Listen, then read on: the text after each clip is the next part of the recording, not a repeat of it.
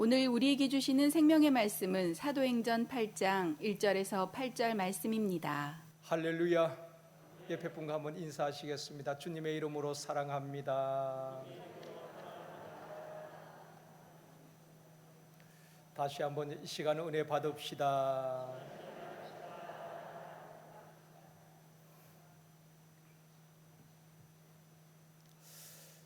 신학대학원에서 성경 해석학을 배웁니다. 성경 전체를 어떻게 읽고 어떻게 해석해야 하는가에 대해서 배우게 되는데, 설교자에게 성경 해석은 굉장히 중요합니다. 다른 조직 신학이나 실천 신학, 성경 신학보다도 더 중요한 것이 성경 해석학입니다. 왜냐하면은 설교자가 성경을 어떻게 해석하느냐에 따라서 하나님의 말씀을, 하나님의 뜻을 성도들에게 제대로 전할 수도 있지만, 성경을 잘못 해석하면은 하나님의 뜻과는 전혀 상관이 없는 설교자 자기의 말을 할 수도 있다는 것입니다. 그래서 성경을 어떻게 해석하느냐가 참 중요합니다. 신천지를 포함한 모든 이단들의 공통점이 성경을 잘못 해석한다는 것입니다. 성경뿐 아니라 우리가 인생을 살면서 수많은 사건과 문제 앞에서 그 문제를 어떻게 바라보고 어떻게 해석하느냐가 중요합니다. 거기에 따라서 그 사건과 문제 때문에 낙심하고 절망하기도 하고, 그 문제와 사건 속에 숨겨져 있는 하나님의 뜻을 발견하고, 또한 하나님의 살아계심을 체험하는 기회로 삼을 수도 있다는 것입니다. 이 시간에는 하나님의 뜻을 깨닫는 영성이라는 제목으로 말씀을 드리려고 합니다. 우리 인생 가운데 일어나는 사건이나 문제들, 또 전 세계에서 일어나는 사건이나 문제들을 어떻게 받아들이고 어떻게 해석하느냐가 참 중요합니다. 세상적인 관점이나 육신의 눈으로만 바라보고 판단하는 것이 아니라, 그리스도인들은 신앙적인 관점에서 세계 역사 가운데 펼쳐지는 문제와 사건들을 바라보고, 또한 영적으로 해석할 수 있는 영적인 사람이 되어지기를 주님의 이름으로 축원합니다. 요셉이란 한 사람의 인생을 보면은, 그는 젊은 날의 꿈 때문에 어려움을 당하게 됩니다. 형들로부터 미움을 받고 왕따를 당하고, 자기 인생의 계획에도 없던 애굽이란 곳으로 팔려가게 됩니다. 또 애굽 생활도 녹록지 않습니다. 생각하지 못했던 보디발 아내의 유혹을 거절하다 스캔들에 휘말려서 감옥에 가게 되는, 그의 인생의 어려움을 당하게 되는 것입니다. 참 속상하고 억울한 일을 많이 당합니다. 그런데 성경에 보면 요셉은 한 번도 자기를 힘들게 한 형들을 미워하거나, 또 자기를 억울하게 감옥에 가게 한 보디발 아내를 원망한 적이 없습니다. 이해할 수 없는 현실 앞에서 요셉은 사람이 아닌 하나님께 주목했다는 것입니다. 하나님께 집중한 것입니다. 그리고 자신을 향한 하나님의 계획, 하나님의 인도하심, 하나님의 섭리를 믿었던 것입니다. 선하신 하나님께서 반드시 하나님의 뜻대로 내 인생을 인도해 주실 것을 믿었기에, 요셉은 보디발 집에서 종살이 하던, 감옥에 들어가던 억울한 상황 속에서도 그는 원망하거나 불평하지 아니하고 주어진 삶 속에서 최선을 다하는 삶을 살았던 것입니다. 요셉은 자기 인생에 펼쳐진 모든 사건과 문제를 바라보는 시각이 달랐고 해석하는 것이 달랐다는 것입니다. 창세기 50장 20절에 보면 이렇게 말씀합니다. 같이 읽습니다. 당신들은 나를 해하려 하였으나 하나님은 그것을 선으로 바꾸사 오늘날과 같이 많은 백성의 생명을 구원하게 하시려 하셨나니. 지금 창세기 마지막 부분에서 요셉의 형들은 요셉 앞에서 벌벌 떨고 있습니다. 요셉이 지난 날을 생각하면서 자기들에게 원수를 갚지 아니할까, 복수하지 아니할까, 형들은 두려움에 벌벌 떨고 있습니다. 그런데 요셉은 형들에게 말합니다. 형들은 나를 해하려 했지만은 하나님께서 그것을 선하게 바꾸셨다라고 말하고 있습니다. 지금 요셉은 형들에게, 형들 왜 나에게 그렇게 했어? 왜 나를 죽이려고 했어? 나를 왜 팔았어? 따지지 않습니다. 지금 요셉은 형들 앞에서 하나님을 이야기하고 있는 것입니다. 자신의 인생은 형들에 의해서 결정되어지는 것이 아니라 하나님의 섭리와 계획 속에 되어진 것이라고 지금 이야기하고 있는 것입니다.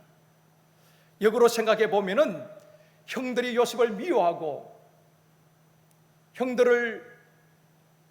요셉을 팔았기 때문에 요셉이 애굽으로 내려가게 되었고, 애굽으로 내려갔기 때문에 보디발 아내를 만나게 되었고, 보디발 아내를 만났기 때문에 억울하지만 감옥에 가게 되었고, 감옥에 갔기 때문에 술 맡은 관원장을 만나게 되었고, 술 맡은 관원장을 만났기 때문에 바로왕 앞에 서게 된 것 아닙니까?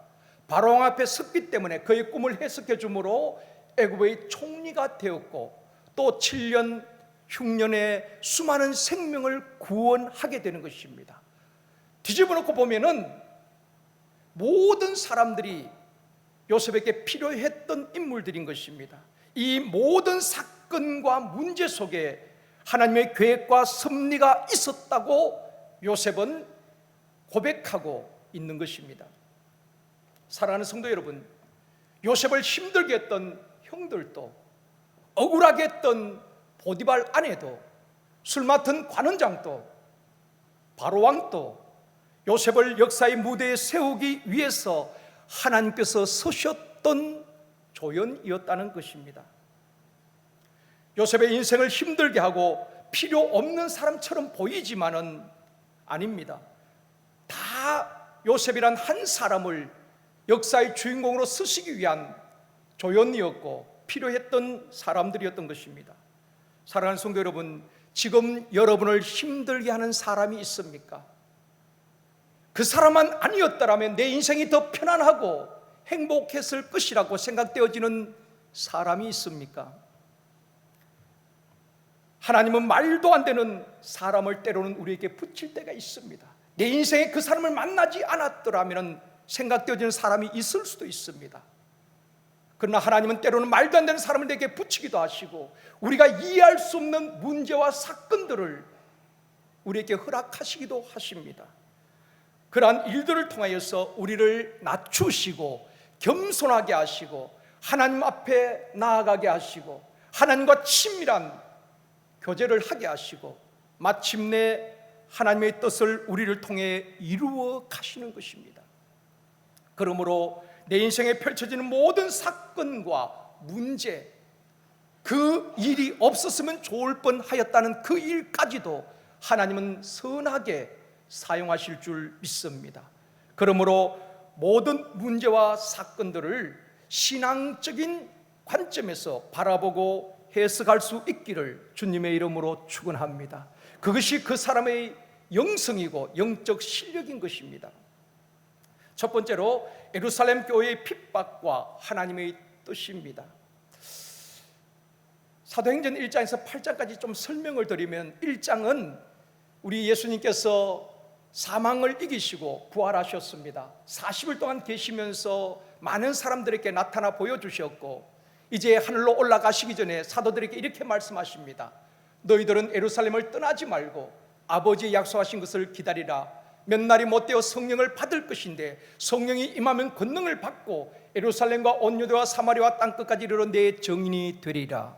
주님이 말씀하셨고 그 말씀을 믿었던 120명은 마가의 다락방에 모여서 오로지 기도에 힘을 씁니다. 그것이 1장에 나오는 내용이고요. 2장에 보면은 오순절날 성령이 그 마가의 다락방에 임하게 되었고 그 집에 성령이 가득하였고 모인 무리들의 각 사람에게 성령이 임하게 됩니다. 성령 충만한 베드로가 설교할 때에 형제들아 우리가 어찌할꼬 마음을 찢으면서 그날에 세례를 받고 예수를 믿게 된 사람이 3,000이나 되었다고 말씀하고 있습니다. 또한 3장에서 6장까지 보면은 베드로를 위시한 사도들로 인하여서 많은 표적과 기사들이 일어나게 되어집니다. 말씀을 듣고 5천 명이 예수를 믿게 되어진 일들도 일어나게 됩니다. 이처럼 강력한 성령의 능력들이 나타나게 되는 것입니다. 제자의 수가 많아지고 예루살렘 교회가 폭발적으로 성장하게 되어지고 그 시대를 변화시켰습니다. 7장에 와서 보면은 스데반 집사가 설교를 하는 내용입니다. 듣는 사람들이 마음에 찔려서 이를 갈며 결국 스데반 집사를 돌로 쳐서 죽이게 되는 것입니다. 이러한 사건이 사도행전 7장까지 펼쳐지게 되는 것입니다. 오늘 본문 1절에 보면은 이렇게 말씀합니다. 같이 읽습니다. 그날에 예루살렘에 있는 교회에 큰 박해가 있어 사도 외에는 다 유대와 사마리아와 모든 땅으로 흩어진 날, 그날은 스데반 집사님이 순교당한 그날을 말하는 것입니다. 그 스데반 집사가 순교당한 다음에 예루살렘 교회에 큰 핍박이, 박해가 있었다는 것입니다.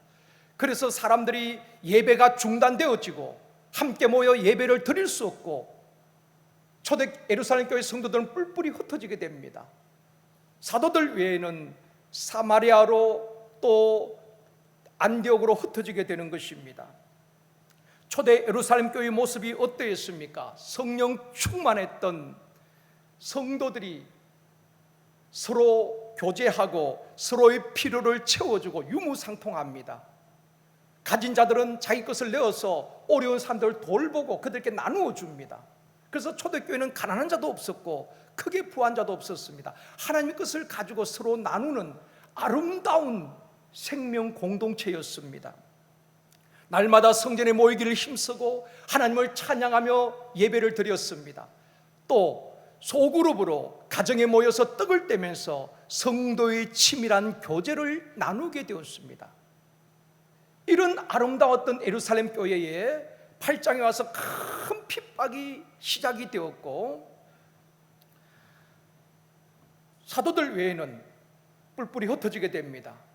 예배가 중단되어지고 소그룹 모임이 중단되어지고 사람들이 흩어지게 됩니다.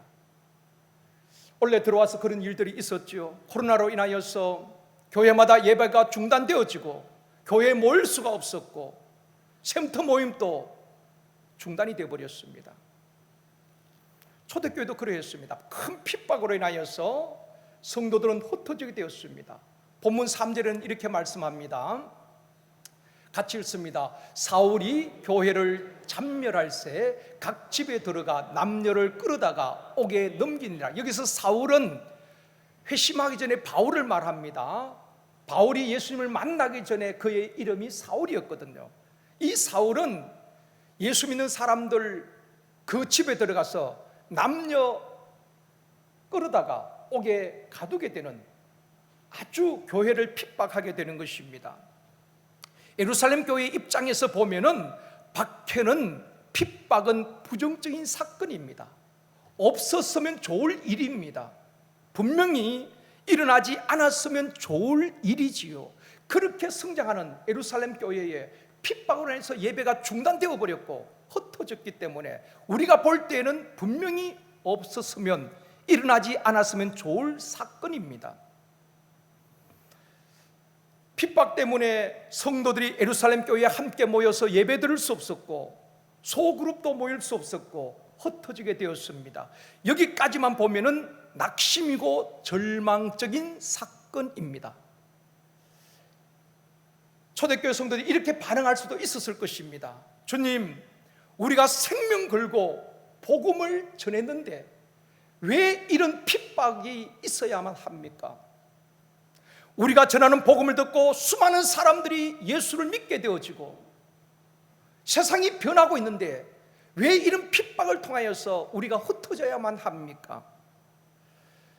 핍박으로 인하여서 예배가 중단되어지고 성도들이 흩어지는 이것이 하나님의 뜻인가요? 라고 반문할 수도 있었을 것입니다. 분명한 것은 예루살렘 교회에 일어난 핍박은 우연이 아니라는 것입니다. 역사 속에 펼쳐지는 모든 사건과 문제는 우연인 것 같지만 우연이 아닙니다. 오늘 또 역사를 주관하고 계시는 하나님의 손 안에, 하나님의 허락 안에서 펼쳐지는 하나의 사건이고 문제일 것입니다. 그 속에 담겨진, 숨겨진 하나님의 뜻을 볼 줄 아는 눈이 열려지기를 원합니다. 눈에 펼쳐진 사건만 보면 안 된다는 것입니다. 예루살렘 교회에 일어난 핍박과 고난 뒤에 숨겨진 하나님의 뜻이 무엇일까요? 사도행전 1장 8절을 보시겠습니다. 같이 읽습니다. 오직 성령이 너희에게 임하시면 너희가 권능을 받고 예루살렘과 온 유대와 사마리아와 땅끝까지 이르러 내 증인이 되리라 하시니라. 자, 하나님의 뜻은, 성령을 보내주신 목적은 복음이 예루살렘에만 전해지는 것이 아닙니다. 복음이 예루살렘에 머물러 있는 것이 아니란 말입니다. 이 복음이 예루살렘에서 온 유대로, 사마리아로, 마게도니아로, 유럽으로, 또 미국으로, 캐나다로, 한국으로, 땅끝까지 전해지기를 원하는 것이 하나님의 계획이었고 하나님의 뜻이었던 것입니다. 그런데 사도행전 7장까지 보면은 복음이 예루살렘 안에만 머물러 있습니다. 예루살렘에 갇혀져 있습니다. 3,000명이 5,000명이 예수를 믿게 되어서 폭발적으로 예루살렘 교회가 부흥합니다.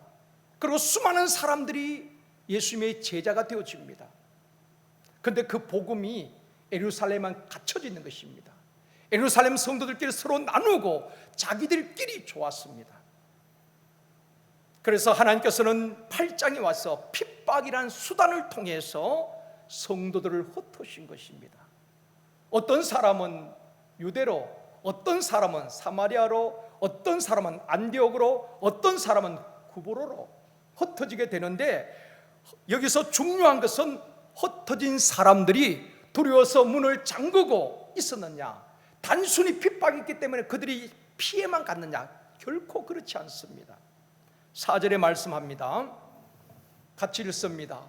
그 흩어진 사람들이 두루 다니며 복음의 말씀을 전할세. 초대교회와 오늘 이 시대의 차이점은 여기에 있습니다. 초대교회 성도들은 큰 핍박으로 인하여서 감옥에 투옥되기도 하고 핍박을 피하여서 흩어졌지만은 단순히 두려움에 사로잡힌 것은 아닙니다. 흩어진 그들이 가는 곳마다 삶의 현장에서 복음을 전했다는 것입니다. 오늘날은 어떻습니까? 코로나로 인하여서 불신자뿐 아니라 믿는 성도들까지도 하나님이 아닌 그 전염병을 더 두려워하면서 문을 걸어 잠그고 집에만 머물러 있다는 것입니다. 초대교회 성도들은 핍박을 피해서 그들은 정든 고향을 버리고 떠났지만 가는 곳마다 복음의 증인된 삶을 살았습니다. 이것이 복음적인 사람이고 참된 그리스도인이고 진짜 신앙인이 아니겠습니까? 또 5절에 보면은 빌립이 사마리아 성에 내려가 그리스도를 백성에게 전파하니, 이 빌립은 사도 빌립을 말하는 것이 아닙니다. 사도행전의 6장에 나오는 초대교회 7 집사 가운데 한 사람입니다. 이 빌립 집사는 핍박을 피해서 사마리아로 갑니다. 그 사마리아에 가서 복음을 전합니다. 그때 어떤 일이 일어납니까? 7절 8절 같이 읽습니다. 많은 사람에게 붙었던 더러운 귀신들이 크게 소리를 지르며 나가고 또 많은 중풍병자와 못 걷는 사람이 나으니 그 성에 큰 기쁨이 있었더라. 자, 이 사마리아 성에 빌립이 가서 복음을 전하기 전에 그 성을 한번 생각해 보십시오. 수많은 사람들께 더러운 귀신이 붙었고 귀신에게 눌림을 당하고 영적으로 억압을 당하고 육체의 질병으로 인해서 그들은 고통을 당하고 신음소리가 온 성에 진동하였습니다. 슬픔의 성이요 고난의 성이었습니다. 근데 빌립이라는 집사가 가서 복음을 선포할 때에 사람에게 붙었던 더러운 귀신들이 소리를 지르고 떠나가게 됩니다. 중풍병자와 각색 질병이 낫게 되어집니다. 그 성에 뭐가 있었더라고요? 큰 기쁨이 있었더라. 슬픔이 떠나가게 되어지고 큰 기쁨이 그 성에 임하게 된 줄 믿습니다. 우울함이 떠나가게 되어지고 큰 기쁨이 그 성에 임하게 되었다라고 성경은 말씀하고 있는 것입니다. 이것이 복음의 능력입니다. 아멘입니다.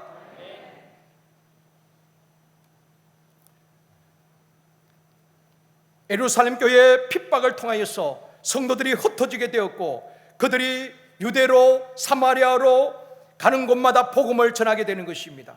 눈에 보이는 핍박 뒤에 숨겨진 하나님의 뜻이 있었다는 것입니다. 복음이 예루살렘에 머물러 있는 것은 하나님의 뜻이 아닙니다.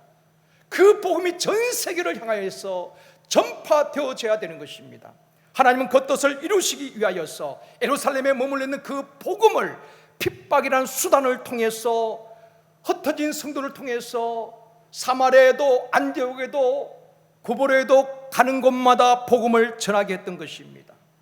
사랑하는 성도 여러분, 눈에 보이는 사건과 문제와 환경만 바라보고 낙심하거나 절망하지 않기를 원합니다. 코로나만 두려워하지 마시고 전능하신 하나님을 향하여서 그분이 어떤 분이신가를 여러분 기억하고 고백할 수 있기를 원합니다. 그분은 창조주 하나님이십니다. 죽은 자를 살리신 분 아닙니까? 병든 자를 치료하신 분 아닙니까? 그분을 의지하고 그분을 신뢰하고 그분을 믿을 수 있기를 원합니다. 그리고 그 문제와 사건, 고난 뒤에 숨겨진 하나님의 뜻을 볼 수 있는 영성 있는 저와 여러분이 되어지기를 주님의 이름으로 축원합니다. 두 번째로 코로나19의 실과 득입니다. 코로나19는 전 세계에 엄청난 충격과 타격을 준 재앙임에는 분명합니다. 이 코로나 앞에서 우리가 어떻게 반응하느냐가 중요한 것입니다. 많은 사람들은 코로나 때문에라고 반응을 합니다. 코로나 때문에 이렇게 어려움을 당하고 있다라고 이야기합니다. 그런가 하면은 믿음의 사람들은 반응이 달라야 하는 것입니다. 어쩌면 코로나 덕분에 유익한 일들도 있다는 것입니다. 많은 분들이 코로나 때문에 어려움을 호소하고 있습니다. 전 세계에 40만 명 이상이 생명을 잃었습니다. 또한 코로나 때문에 전 사회 전체가 셧다운이 되어지고 마비가 되었습니다. 경제적인 손실 엄청나지요. 항공업계, 여행업계, 숙박, 식당 등 중소기업들이 존폐 위기에 놓여 있습니다. 모든 분야에 큰 타격을 입었습니다. 저는 이 지금이 아니라 앞으로가 문제인 것입니다. 앞으로 한국 경제뿐 아니라 세계 경제에 상당한 타격이 있을 것입니다. 그것은 모든 국민들이 다시 한번 허리띠를 졸라매야 될 상황이 올 것입니다. 교회도 마찬가지입니다. 그날을 애견하고 교회도 여러분 가정도 준비를 하셔야 될 것입니다. 옛날처럼 섬섬이 그렇게 설 수는 없을 것입니다. 많은 사람들이 코로나로 인하여서 스트레스나 불안, 우울증, 고립감, 외로움, 정신적인 고통을 호소하고 있습니다. 또한 교회적으로 본다면은 코로나로 인하여서 교회가 문을 닫고 예배가 중단되어 버렸습니다. 지금 교회마다 예배를 재개하였지만 2달이 지났지만은 코로나 이전에 비해서 현장 예배를 드리는 한국교회 전체 평균이 60% 정도밖에 되지 않습니다. 저는 처음 코로나 터졌을 때 우리 교육자들이 그렇게 이야기했습니다. 최소한 10% 이상은 교인들이 실종될 것이다. 거기에 대비해야 된다. 그런데 이것이 길어지면서 지금 한국교회에 많은 분들이, 목회자들이 어쩌면 30% 이상 한국교회 전체가 감소될 것이다. 그래서 기독교가 소수 종교로 전락할 것이라고 예견하는 분들도 꽤 많이 있습니다. 코로나19로 인해서 국가적으로 교회적으로 개인적으로 많은 것을 잃었고 부정적인 면도 많이 있지만은 반대로 긍정적으로 코로나 덕분에 얻은 것, 유익한 것도 많이 있다는 것입니다. 몇 가지 소개하면은 신천지 이단이 온 천하에 드러난 것이 대표적인 것입니다. 신천지가 어떤 이단입니까? 이단도 여러 가지로 분류가 되는데 아주 신천지는 악랄한 이단이라고 말합니다. 왜냐하면은 신천지에 빠진 사람들은 그 가정이 파괴가 됩니다. 부모와 자식이 생이별을 하는 일들이 있습니다. 그래서 피켓을 두고 내 딸을 돌려달라고, 내 아들을 돌려달라고 신천지 교회 앞에서 시위하는 분들도 많이 있습니다. 신천지가 어디서 모이는지 명단을 알아내기가 쉽지 않습니다. 철저하게 관리하고 엄밀하게 움직이기 때문에 가족들도 모르는 것입니다. 가족들에게도 비밀로 하게 합니다. 수많은 이단 연구가나 교단에서 신천지를 밝히려고 했지만은 쉽지 않았습니다. 그런데 하나님께서 코로나19를 통하여서 하나님께서 세우신 가정을 파괴하고 수많은 성도들을 미혹하는 신천지를 온 천하에 드러나게 하신 것입니다. 신천지가 다시 회복하기는 쉽지 않을 것입니다. 그래서 교회마다 신천지 교인들이 교회로 올 때 그들을 어떻게 다시 개종시킬 것인가, 교회도 대비해야 하는 것입니다. 또한 코로나19로 인하여서 인간이 얼마나 무력하고 연약한 존재인가를 우리가 다시 한번 깨닫게 되는 것입니다. 이 첨단 과학의 시대입니다.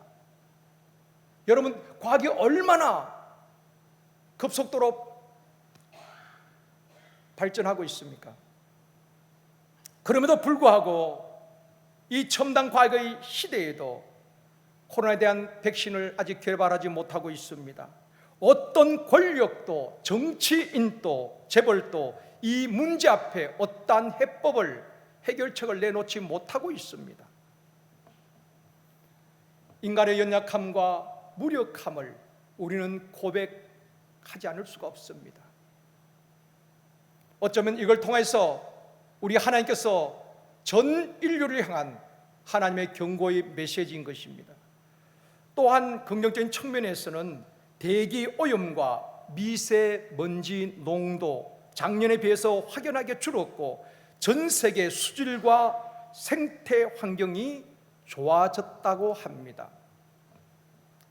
또 교회적인 측면에서 교회의 소중함이나 예배의 가치를 깨닫게 되어지고 자기 신앙을 점검하는 기회가 된 것입니다.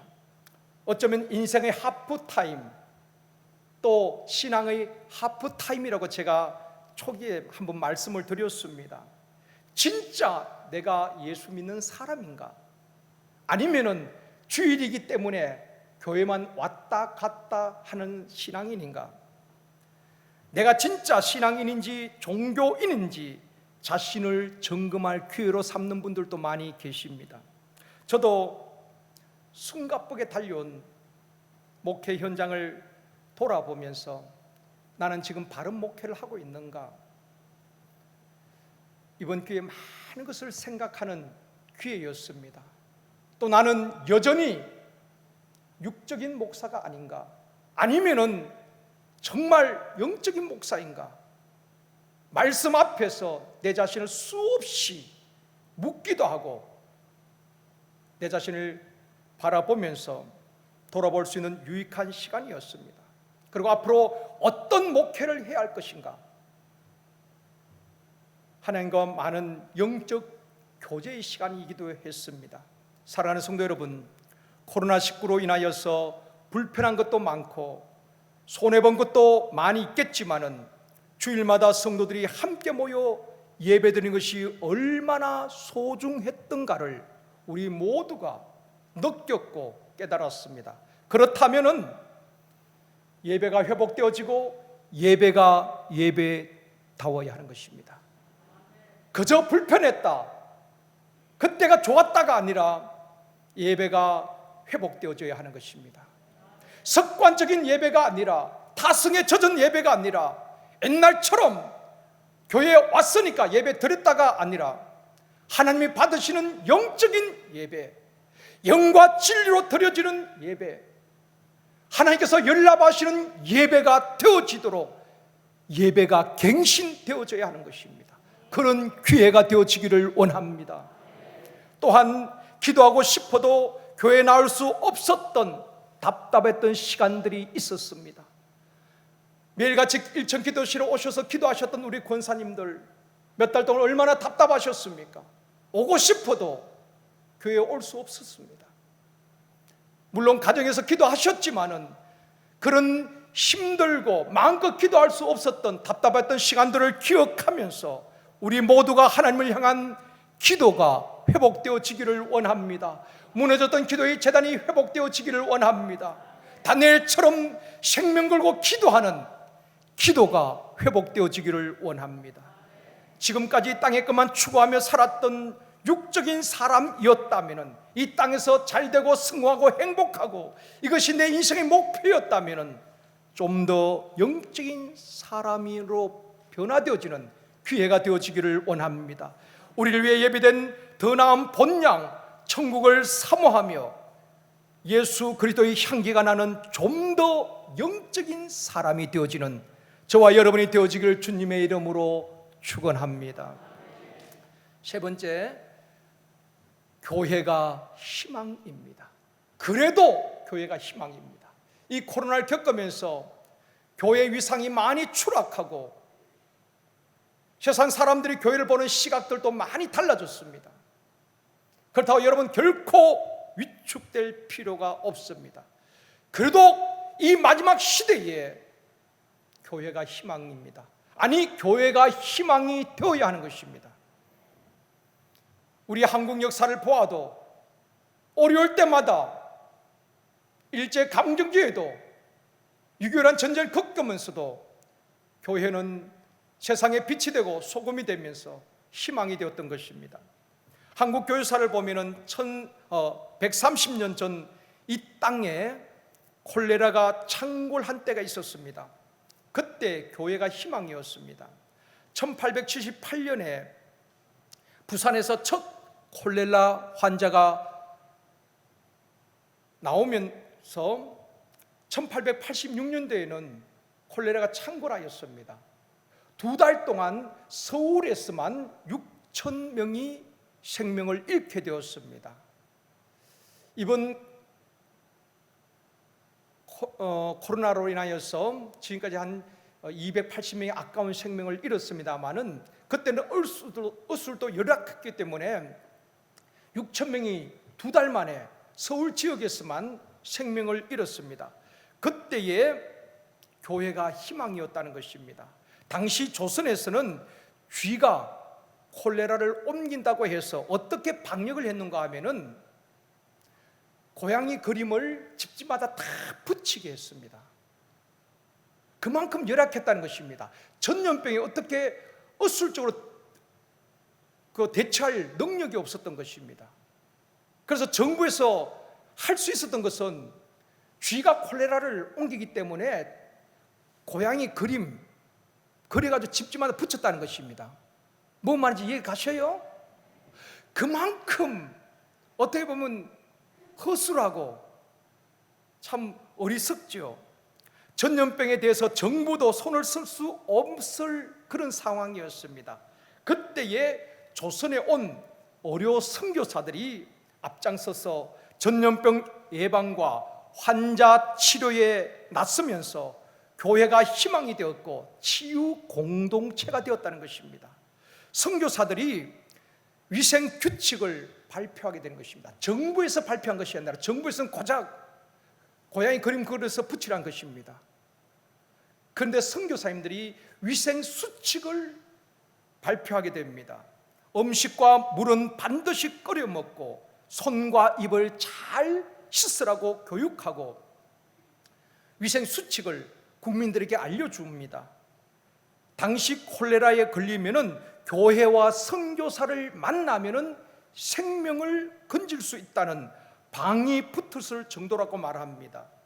선교사들이 세운 교회와 병원은 피난처가 되었고 그 시대의 희망이었던 것입니다. 후에 정부에서도 교회와 선교사님들의 노고를 치하했다는 그런 문헌들이 다 남아 있습니다. 사랑하는 성도 여러분, 한국교회가 다시 한번 이 땅의 희망이 되어지기를 원합니다. 우리 제1성도교회가 이 지역의 희망이 되기를 원합니다. 교회는 세상을 향하여서 복음을 전하는 것이 교회의 존재 목적이요 핵심 사역인 것입니다. 어떠한 전염병 때문에 복음 전하는 것이 국내외 선교가 위축되어서는 안 되는 것입니다. 우리 현 상황에서 우리가 해야 할 최선의 일을 감당해야 하는 것입니다. 복음이 능력이고 희망입니다. 복음이 영혼을 살리고 사람을 살립니다.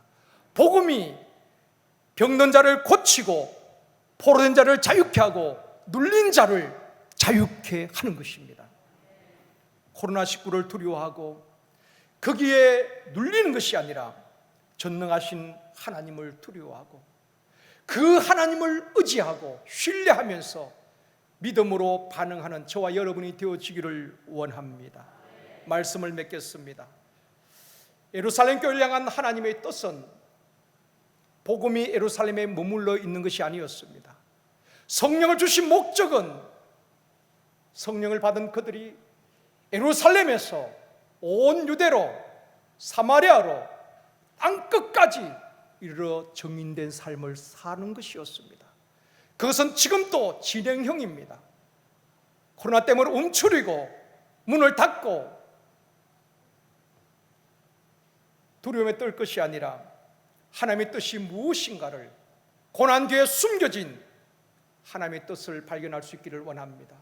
예루살렘에 머물렀던 그 복음을 하나님께서 전 세계로 전파하도록 하기 위해서 고난이라는 수단을 선택하시고 성도들을 흩으시고 복음이 확장되어져가는 하나님의 뜻이 이루어지는 모습을 성경 속에서 보게 되는 것입니다.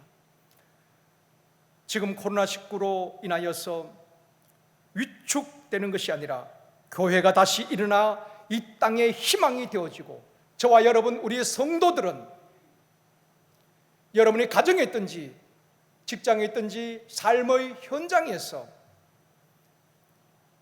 비대면 시대에 살지만은 얼마든지 우리가 전화를 통하여서도 그들에게 복음을 전할 수 있고 예수를 전할 수가 있는 것입니다. 우리의 직장과 삶의 현장이 전도와 선교의 현장이 되어지기를 원합니다. 나아가서 지역 복음화와 세계 선교를 감당하며 주님의 재림을 준비하는 그리스도의 순결한 신부되는 교회, 그리스도의 순결한 신부되는 성도들이 되어지기를 주님의 이름으로 축원합니다. 우리 시간 함께 찬양하기를 원합니다. 오소서 진리의 성령님, 성령 받고 열방을 치유할 수 있기를 원합니다.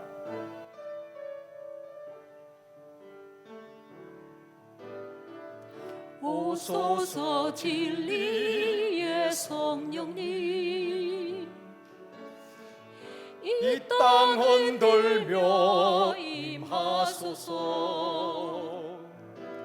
거짓과 탐욕으로 무너진 탐욕 죄악에 무너진 우리 가슴 정케 하소서. 오소서 은혜의 성령님, 오소서 은혜의 성령님,